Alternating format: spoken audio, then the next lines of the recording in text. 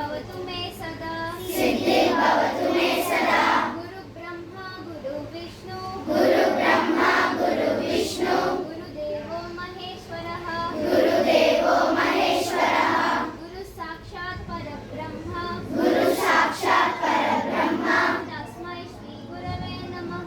तस्मै श्री गुरवे नमः देवतानां शिरस्तस्तु गुरूणां आंस्य संस्थितः वक्ष तश्चैव विप्राणां शेषेद्वो नियमो भवेत् దేవతలందరికీ శిరస్సు పైన నమస్కారం చేయాలి.